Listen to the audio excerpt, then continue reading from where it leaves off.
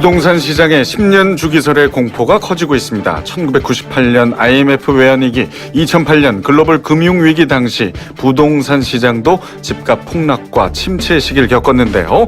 2018년 부동산 시장에 10년 주기설이 제기되는 이유는 무엇인지 카운터펀치 2부에서 살펴봅니다.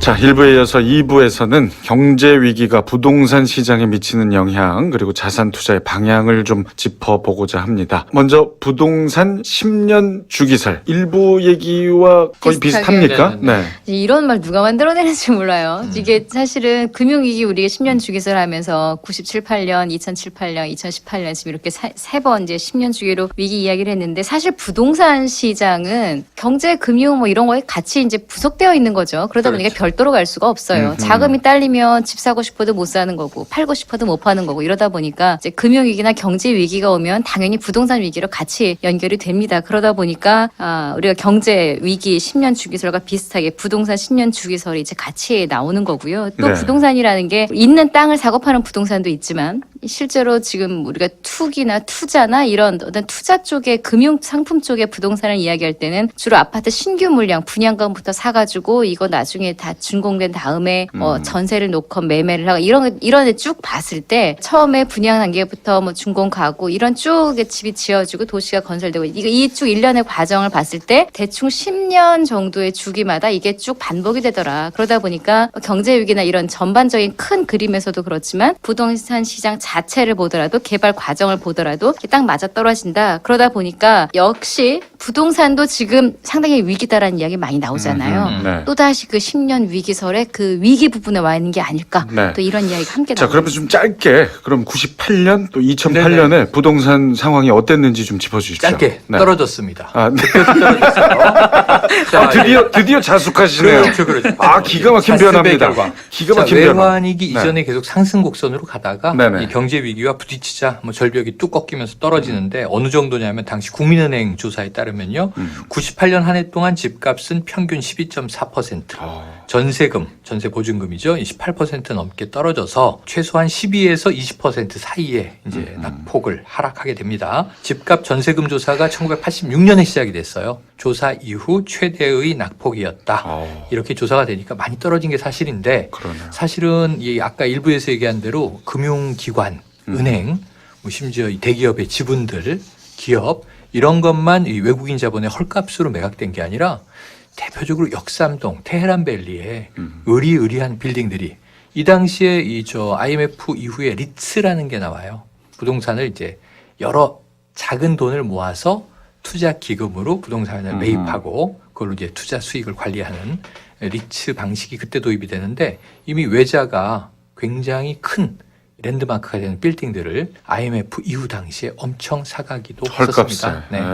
그랬군요. 2008년도 마찬가지인데 리먼 사태 터지고 이제 이명박 정부 시절이잖아요. 그때는 역시 뭐 글로벌 금융 위기 영향으로 부동산 시장은 침체가 됐고 부동산 시장이 침체가 되면은 가장 먼저 하는 게 규제 완화잖아요. 대출 금리 낮춰주고 규제 완화해서 개발도 풍성하게 하고 쉽게 돈 빌려서 집 살 수 있게 하고 이런 정책들을 또 막 씁니다. 하지만 항상 우리나라 경제라는 게 우리 자체적으로 움직일 수 없기 때문에 매번 그 정권들은 그 당시에 문제를 해결하려고 정책을 내놓지만 성공한 경우는 거의 없다. 그냥 큰 흐름에 우리는 그냥 끌려갔다라고 보시는 게 맞을 겁니다. 네. 이명박 정부 때는 대표적으로 아마 기억하시는 분들이 이건 최근이니까 그래도 과거 IMF 때보다는 그때 하우스 푸어, 깡통주택 우리가 지금 일반 용어처럼 쓰는 이런 단어들이 다 그때 생긴 단어입니다. 그렇군요. 그 전까지 아무리 어떤 정책으로도 부동산 가격이 안 잡아지다가 자연스럽게 그냥 맞아요. 자연스럽게라기보다는 그냥 푹 꺼진 거죠. 갑자기 그냥 저는 이제 주식이랑 증권을 투자하는 업을 하는 사람이다 보니까 네.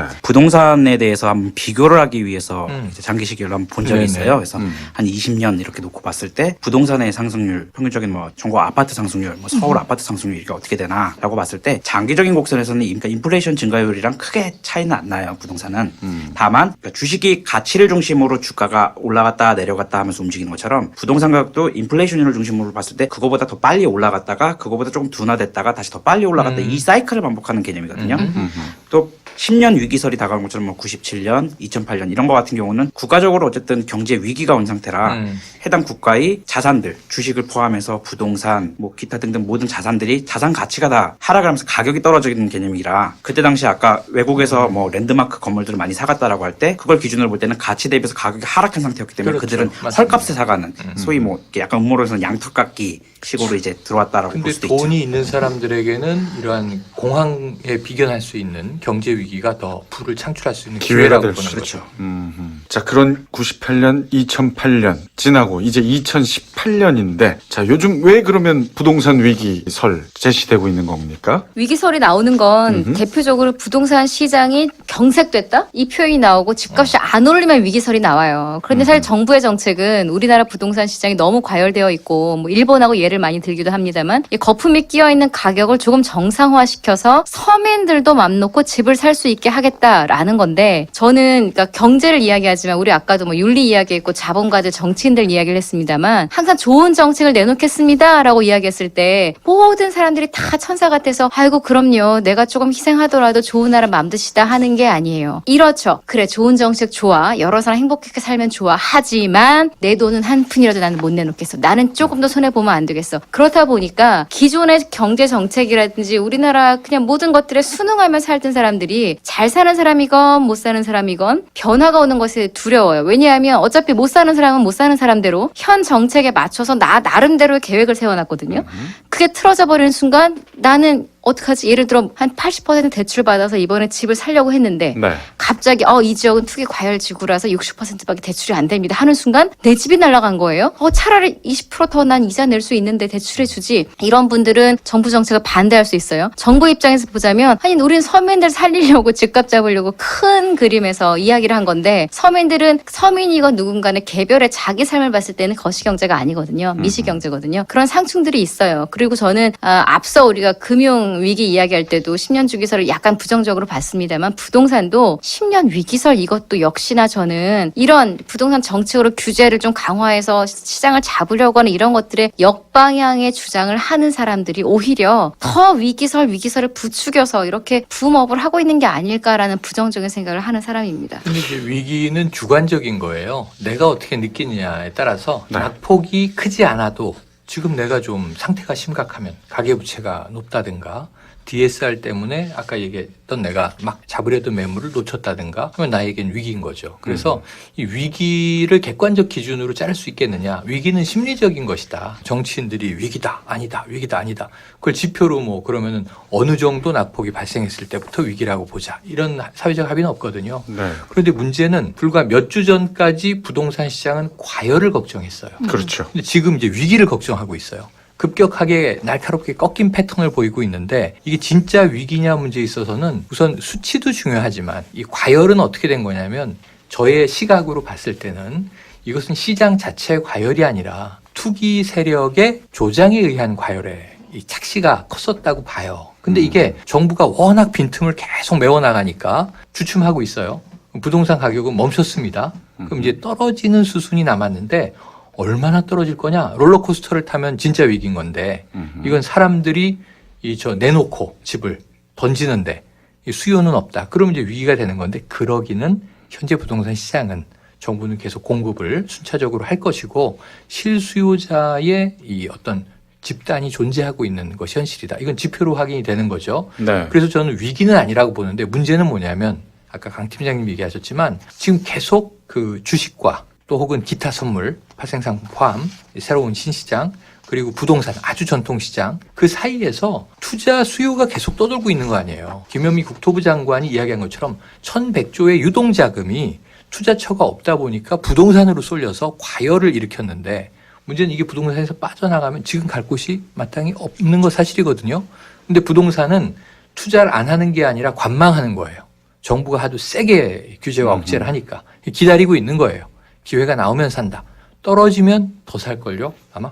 그때가 기회니까. 그러니까 확실한 건 그 과거에 우리가 경험했던 소위 그 부동산의 위기였던 시절처럼 폭락을 하거나 10년 전, 네. 20년 전과는 다르다. 이건 네. 제가 보기에는 바닥 베이스가 존재하는 상태에서의 지금 게임이기 때문에 네. 앞으로도 그럴 가능성이 폭락 가능성은 없다. 그렇게 안정세를 유지하다가 음. 떨어져도 약간 떨어지고. 실제로는 어떻습니까? 얼마나 떨어진 겁니까? 지금 집값이 좀 많이 떨어졌나요? 지금 좀 전에 최영희 네. 평론가님이 관망세라는 이야기를 했잖아요. 네. 집값이 떨어졌다 올랐다라는 건 매매가 이루어졌을 때의 맞아요. 이야기입니다. 그렇죠? 네. 사고 팔았을 때 가격이 나오는 건데 관망하고 있다라는 건 아예 거래가 없는 그런 거죠. 네. 그래서 사실은 별로 지금 없다. 그렇죠. 아예 없을 수는 없습니다만 과연 이루어지는 이걸 가지고 통계를 내서 지금 현재 시세가 이렇습니다라고 발표를 할 만큼 부동산 시장이 침체기입니다 아닙니다라고 할 만큼 의미가 있느냐인 건데 문제는 정체가 되어 있다라는 게 좋은 것이냐 최악이에요. 어쩌면. 어허. 차라리 떨어지거나 올라가거나 하면은 방향성이 잡히기 때문에 거기에 맞는 대안들을 세울 수가 있는데 관망이라는 것만큼 또 이거 뭐지 하는 게 없거든요. 모호한. 시장이 사라지는 거잖아요. 사실은 그게 더 큰 위기일 수도 있어요. 다만 저는 지금 현 정부가 내놓고 있는 부동산 정책 자체가 잘하고 있다 못하고 있다라고 평가하기에는 이건 정답이 없는 거니까 아무도 모릅니다만 정책을 만들 때 지금 이 정부가 과거 정부와 다른 점은 분명히 있어요. 뭐냐 하면 우리가 좀 전에 10년 주기설로 쭉 김대중 정부 때 이명박 정부 때를 크게 보긴 했습니다만 그 사이에 노무현 정부도 있었고 박근혜 정부도 있었습니다. 그 모든 정부 정책들은 조금 더 이렇게 큰 그림이었어요. 예를 들어 양적 규제 완화해, 대출 이자 어떻게 해, 대출 하는 그 비율을 어떻게 해, 양도세를 올려 말아, 종합부동산세를 어떻게 저렇게 이렇게 큰 그림이었다면 이번 정부는 조금 더 구체적으로 세밀하게 들어가요. 그건 뭐냐면 의지가 있다라는 거예요. 큰 그림에서 움직이면 그렇지 않아도 우리나라처럼 양극화 심하고 이런 나라에서는 그 중간에 피해보는 사람들 혹은 저 끝단에서 피해보는 돈 없는 분들의 삶까지 보살펴줄 수는 없어요. 네. 그들 나라가 돈이 많으면 그래 우리가 선진국들처럼 그들을 보호해주는 이런 안전장치가 많다면 오케이인데 우리는 그런 상태도 아니거든요. 그래서 그들을 보호하려면 큰 정책 내에 예외 세부적으로 그런데 이런 사람은 이렇게 이런 사람은 이렇게 가는 수밖에 없어요. 마치 맥도날드의 어떤 그 매뉴얼을 보듯이. 근데 지금 이번 정부는 그걸 시도를 하고 있다라는 것이고 또 한 가지 큰 그림에서 정부의 시각을 저는 읽은 게 뭐냐면 지금 우리 다 부동산을 어떤 투자의 개념으로 보고 있잖아요. 네. 주식과 부동산은 사실은 같이 보면 저는 그래요. 저의 가치관은 주식은 어차피 회사의 가치를 가지고 우리가 실제로 음식을 사고 파는 게 아니라 금융 상품이라고 만들어서 사고 파는 거니까 그 시장은 그렇다 치는데 부동산은 당장 내가 오늘 보호받고 인간이라는 존재가 자야 될 어떤 보금자리예요. 보금자리의 개념이 지금 돈이 많고 자본주의 사회에 치달리다 보니까 갑자기 금융 상품화된 거거든요. 이 개념부터 잡지 않는 한 적어도 집 없어서 길바닥에 자는 사람은 없게 해야겠다라는 기본 이게 잡히지 않는 한 저는 부동산을 어떤 투자의 개념으로 보는 순간 모든 경제 정책은 저는 망했다고 봐요. 부동산 시장에 있어서. 근데 현실은 이미 망했죠. 제 말이요. 그래서 저는 만약에 현실에서 그 이야기로 그래서 부동산 시장을 위기를 기회로 삼아야 될까요? 이런 취지의 이야기를 한다라면 그냥 주식 그래 이 종목 사십시오 마십시오랑 다를 게 없다고 생각해요. 그래서 서경서의 카운터펀치에서만큼은 저는 그 거시 경제를 꼭 같이 짚어주면서 부동산 시장을 봤으면 좋겠어요. 그러니까 정책을 볼 때 제가 지금 포인트는 그거예요. 말이 좀 길어지는 것 같긴 합니다만 어쩌면 일부 청취자들 중에서는 속 시원하게 해서 오른다는 거야 만다는 거야 사라는 거야 말라는 거야 이걸 원하시는 분들은 답답하실 수도 있겠습니다만 그 위에 그런 큰 그림을 결정하게 하는 것도 우리가 꼭 봐야 된다라는 걸 강조하고 싶어요. 그러니까 이 교수님 말씀드리니까 참 이게 마음이 이게 묘해집니다. 정말 옳은 말씀이거든요. 예, 집이라는 건 사실 잘 사람이 사고 꼭 필요한 사람들이 살까 말까를 고민하는 게 맞는데 이미 있는데 이걸 가지고 어떻게 불려볼까 하는 분들이 더 많아진. 네, 더 더 좀 많아졌다고 생각하잖아요. 네. 저는 이게 부동산이 지금 상품으로 우리가 이미, 지금 그렇죠. 경제적으로 접근을 하는 것은 아까 일부 때 제가 모두 다룬 이야기가 양극화의 문제예요. 지금 복잡계 경제는 제일 중요한 게 너무나 많은 층위가 존재해요. 양극화라기보다는 다극화라고 좀 부르고 싶어요. 그런데 부동산은 수도권 외에는 상품 아니에요. 지방에 좋은 아파트 많은데 지금 경남 지역은요 미분양 사태예요. 공급률이 더 과잉이에요. 그래서 지금 더 공급하겠다. 이거 오직 수도권 얘기예요. 서울 주변에 4개에서 5개의 미니 신도시를 만들겠다. 수도권 얘기예요. 인구가 밀집해 있는데 주택 보유율이 서울은 수도권은 다른 지역보다 좀 낮단 말이에요. 그래서 그럼 이게 상품이다.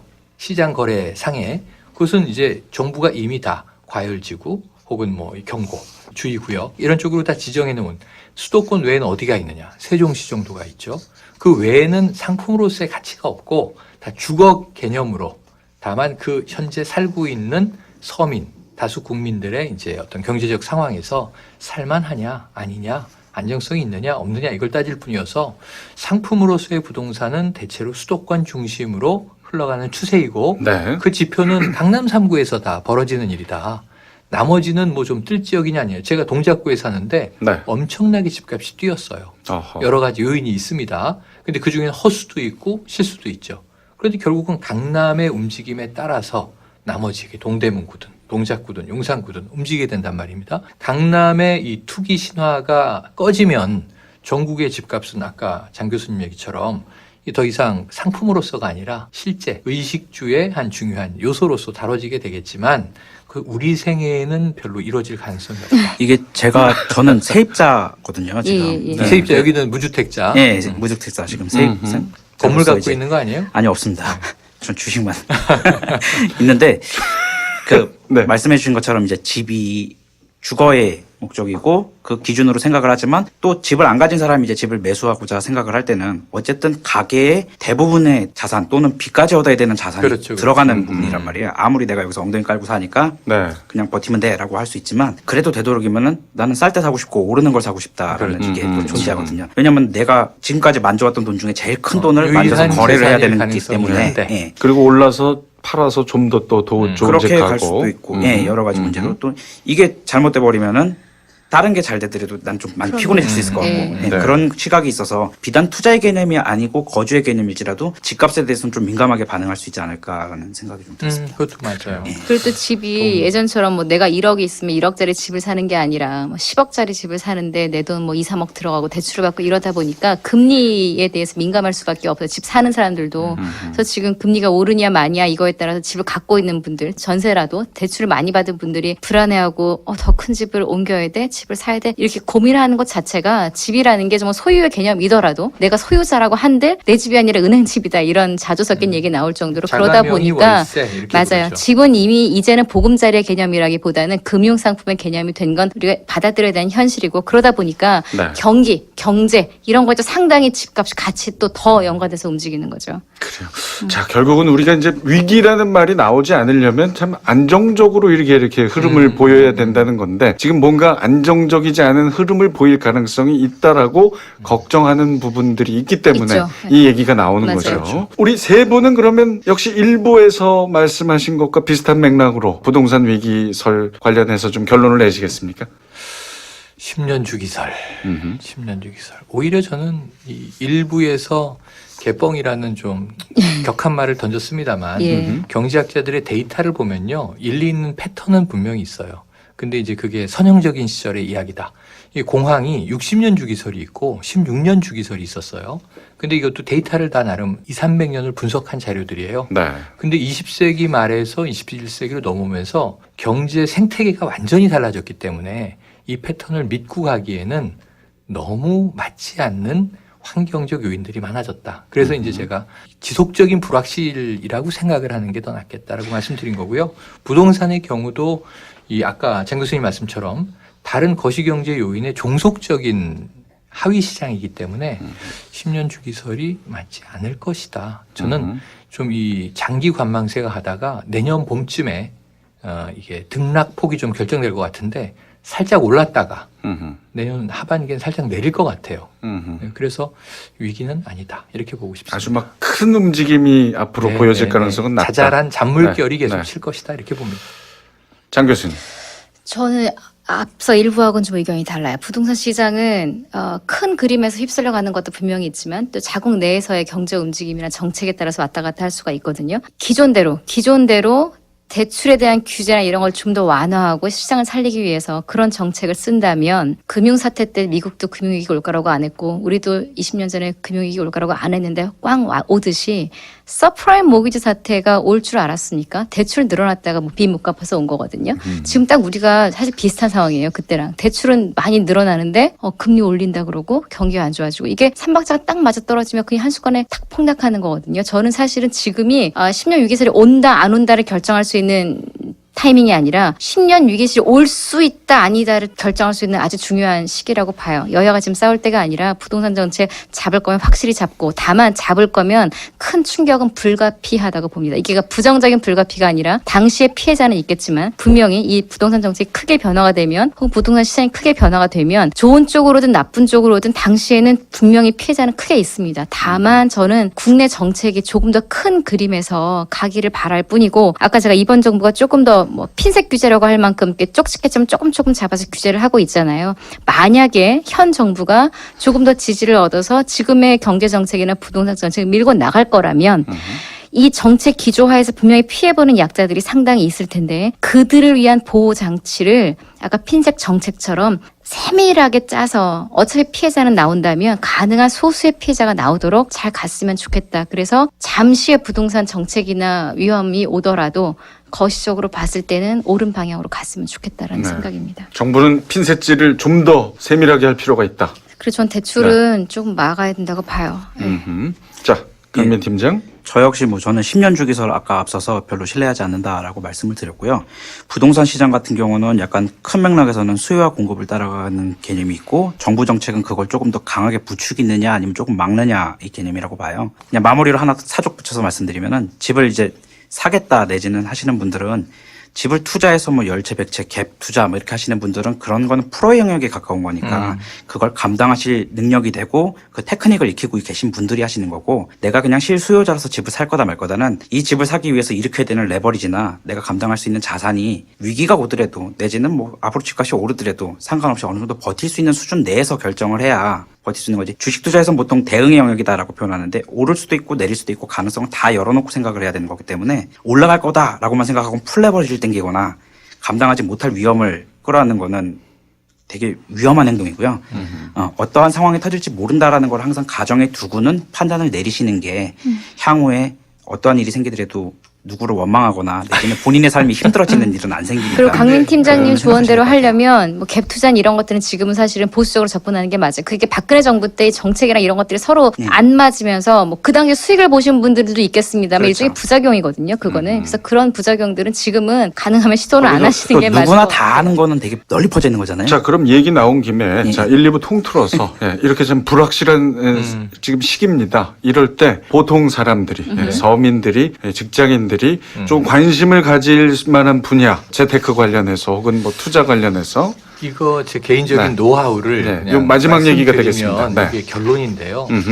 이 대기업이 하는 행태를 개인의 생활에 한번 접목을 해보세요. 뭐냐면 지금 우리가 개인이 해야 되는 건 뭐냐면 현금 보유고를 늘려야 되는 거예요. 아, 그래요? 이게 버퍼라고 하는데, 완충 자금이 없으면 빠듯하게 가고 우리가 카드론으로 대출하고 은행의 마이너스 통장에서 돈 뽑아 쓰는 것으로 차 사고 집 사고 혹은 외식하고 다니고 그러면 큰일이 나는 상황이라, 여러분들이 지금 얼마이더라도 박봉일 수도 있고, 그게 남들에 비하면 훨씬 고액 연봉일 수도 있고 평균 수준의 이제 소득일 수도 있는데, 정말 조금 긴축을 해서라도 현금 보유고를 조금 이제 늘리시는 것이 필요하다. 이게 은행 예금일 수도 있고요. 네. 어떤 분들은 난 돈을 절대로 쓰지 않기 위해서 이 골드바를 사요. 이런 분도 있어요. 네. 근데 한 2, 300만 원만 모이면 금 한 10돈짜리 살 수 있거든요. 그렇게 해서 계속 비축을 하시던, 집을 살려고 해도 기회가, 이 집값의 폭락이 기회가 되는 경우에는 현찰을 보유한 사람들이 돈을 벌어요. 근데 돈이 없는데 돈을 벌 수가 없잖아요. 자본주의 시대에. 그러니까 뭔가 이제 마중물이 있어야 되는 거죠. 정말 한번 그런 목표를 현실적으로, 내가 한 달에 몇십만 원을 비축할 수 있지. 1년에 내가 2, 300만 원을 비축할 수 있지. 뭘 좀 줄여봐야지. 금연을 하든지. 그러니까 계속 불확실은 이어지겠지만 그래도 일시적으로라도 뭔가 보일 때 화끈하게 뭔가 할 수 있는 현금을 보유하자. 비축미가 있어야 결정적인 이 가뭄, 고갈의 시기에 굶어 죽지 않는다. 이 교훈을 명심하시기 현금 바랍니다. 혹은 소위 안전자산이라는 안전자산. 금 같은 것도 달러일 수도 있고 금일 수도 있고 또는 그게 그냥 이 현찰, 이 우리나라 원화일 수도 있고 또는 그게 다른 물건일 수도 있겠습니다만, 어쨌든 말씀하신 대로 안전자산을 되는 대로 비축하라. 네. 우리 강민 팀장은 지금 뭐 저도 주식 시장에 있는 주식 사람으로서 투자하는 상당히 가슴 아픈 사람인데요. 얘기죠. 그러니까 보통 투자하면은 네네. 잃어도 되는 돈, 뭐 없어도 되는 돈, 여윳돈 가지고 해라라고 그렇죠, 이야기를 하잖아요. 얘기하죠. 네. 근데 제가 이제 그 증권업에서 한 10년 있었는데 이렇게 있다 보면은 대부분 돈 조금 벌리면은 이제 있는 돈 없는 돈 끌어와서 하거나 아니면 심한 경우는 레버리지를 있는 힘껏 때려가지고는 했다가 시장은 나쁘지 않은데 혼자 나쁘신 분들이 꽤 계세요. 그런 것들을 봤을 때 제가 생각할 땐 투자는 기회의 상황, IMF나 뭐 이런 금융위기가 오고 어느 정도 회복기에 접어들었을 때 이런 기회의 상황이면 모를까 그게 아닌 평상시의 투자는 내 생활을 해치지 않는 돈을 가지고 투자를 해야 돼요. 예. 그래서 이 돈이 당장 없어지더라도 내 삶이 크게 바뀌지 않는 수준. 예, 그게 크든 작든 그게 중요한 게 아니라 투자는 내 본업은 따로 있는 사람들이잖아요. 투자로 먹고 사는 사람들이. 프로라면 당연히 다르죠 또. 프로라면 내가 갖고 있는 자원을 다시 적절히 배분해야 되니까. 근데 여유로서 또는 그 이외에 보조적인 수단으로 투자를 하시는 분들은 당연히 이 투자가 잘못될 경우에 내 생활이 크게 바뀌지 않는다. 그 한도 내에서 투자를 하셔야 시장이 어려워지든 좋아지든 크게 다치지 않고 하실 수 있어서 욕심 금물이시고 항상 네. 내 생활이 크게 망가지지 않는 수준 내에서 투자를 하시는 게 좋다고 이 말씀드렸습니다. 우리 방송이 지금 NG가 났어요. 강 왜요? 팀장님이 말씀하시고 제가 얘기를 했어야 돼요. 그러니까 강 팀장님이 얘기한 저 돈을 주식에 넣지 말고 비축하시라고요. 더 NG 방송 제가 만들어 드릴까요? 저는 사실 이런 질문 들어오면 노코멘트입니다. 왜냐면 개인적으로 저는 상당히 보수적이고 지금의 이런 자본주의 체계를 좋아하지 않아요. 물론 이걸 바꿀 수가 없으니까 제가 노코멘트 한다는 거예요. 투자하지 말라고 하기에는 투자 안 하면 아까 있는 돈 갖고 하라는데 그럼 없는 사람들이 계속 없이 살아야 돼요. 자본주의 사회에서는. 뭔가 큰 돈을 벌 수 있는 기회가 없기 때문에. 그러니까 있는 돈 빚내서 레버리지해서 투자를 하고 또 망하고 이런 악순환이 되는 거거든요. 그렇게 따지면 또 그나마 안정적이려면 최평론가님처럼 갖고 있는 거예요. 근데 경제학적으로 보면 다 갖고 있으면 내수 경제 어떻게 해요? 다 침체되고 그게 또 우리에게 고스란히 돌아와요. 네. 그렇죠? 이렇게는 답이 없어요. 그래서 제 얘기는 재미가 없고 노코멘트로 끝나겠지만 저는 역시 또 지난주처럼 경제방송이지만 정치인들에게 또 이야기를 하자면 이렇게 내가 레버리지 일으키고 내 인생 한번 바꿔보자 이렇게 무리한 투자 안 해도 되는 안정적인 경제 상황을 좀 만들어 주십사 하는 얘기로 네, 마무리하겠습니다. 심폐소생해드려야죠. 그러니까 우리 장희영 교수님은 경제적으로 투자계의 대한애국당이다. 가장 보수적인 상황이니까. 투자계에서는 네네. 저는 과거로 회귀하자주의입니다. 오늘 저 클로징 완전 NG예요. 그러신 거 아니지? 자, 우리가 겪은 두 번의 경제 위기 참 많은 것들을 바꿔 놓을 정도로 큰 상처를 남겼습니다. 오늘 저희가 함께 이야기해본 내용들이 혹시 닥칠지 모르는 위기를 대비하는데 조금이라도 도움이 됐으면 하는 바람입니다. 함께 해주신 청취자분들 고맙습니다. 세 분 고생하셨고요. 예, 고맙습니다. 자, 여러분 모두 부자 되세요. 감사합니다. 감사합니다. 감사합니다. 자.